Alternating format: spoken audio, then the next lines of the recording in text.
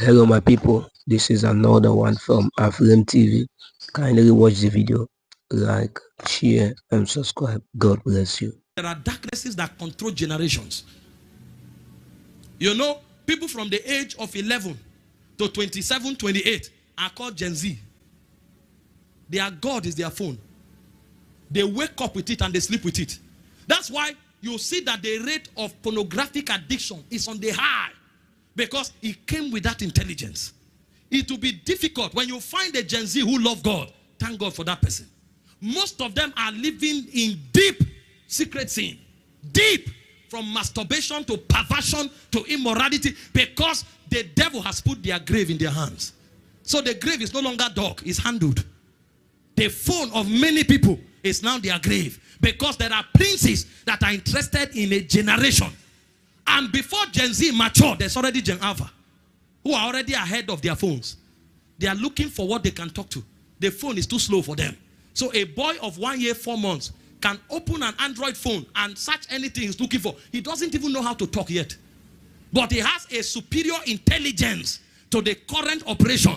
That is why the growth of AI is rapid, because they need computers they can talk to. They need animated and augmented reality to work in.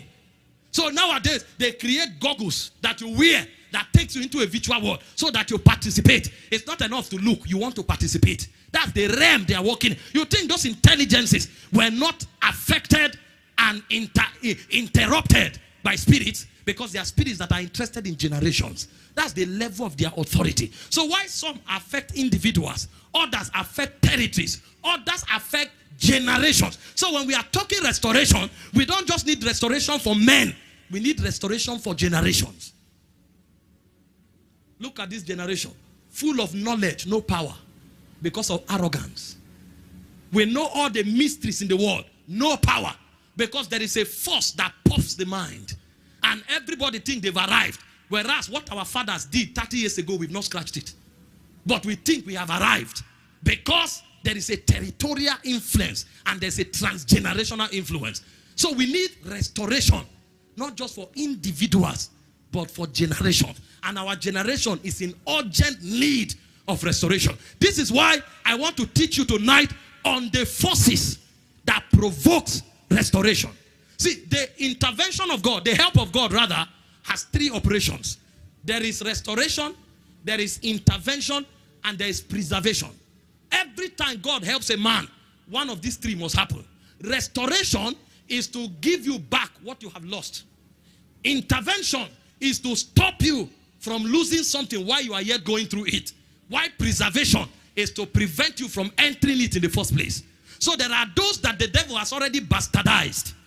So when God shows up, the years that are eaten up, God will have to restore. Because those ones don't even have anything again. Everything is already lost. But in the omnibenevolence of God, he has a technology of returning to you what you have lost, although you no longer qualify to have it. That's how God works. It's a system of his mercy. There are many people who have a calling, but they have lost every grace on their lives. They have lost every door. They have lost every opportunity because they bastardized it. God allowed them to pastor a church for 2 years. They have slept with 20 people. So it's a risk to have them. Now they have repented. Genuinely, they are on fire. But nobody is giving them church again, because they have lost it. They have destroyed too many destinies and they've brought reproach to the name of Jesus. But there is something in the mercy of God that, although according to the system of justice, they no longer qualify to answer the call, but the mercy of God will say, no, give them another chance. How will God do it? It's a system called restoration. And so now that they are converted, God can create another opportunity. There are many people who God gave them many business opportunities. They blew all of them up. All the money they had, they blew up. Today, they are in Bahamas. Tomorrow, they are in Beirut. Next tomorrow, they are in Barbados. They are looking for different kinds of women for pleasure. And they wasted and ran down companies that God gave them. 15 years after mighty, mighty life, they are now beggars. And you look at such people, you are wondering, they have all the business intelligence, but they've blown all their opportunities. How else can God help such people? Except as there is a technology in his mercy that will bring to them what they have lost. That technology is what we call restoration. Do you know there are many people now who because of careless life have terminal diseases, from HIV/AIDS to all kinds of terminal diseases, because they never heard the voice of reason.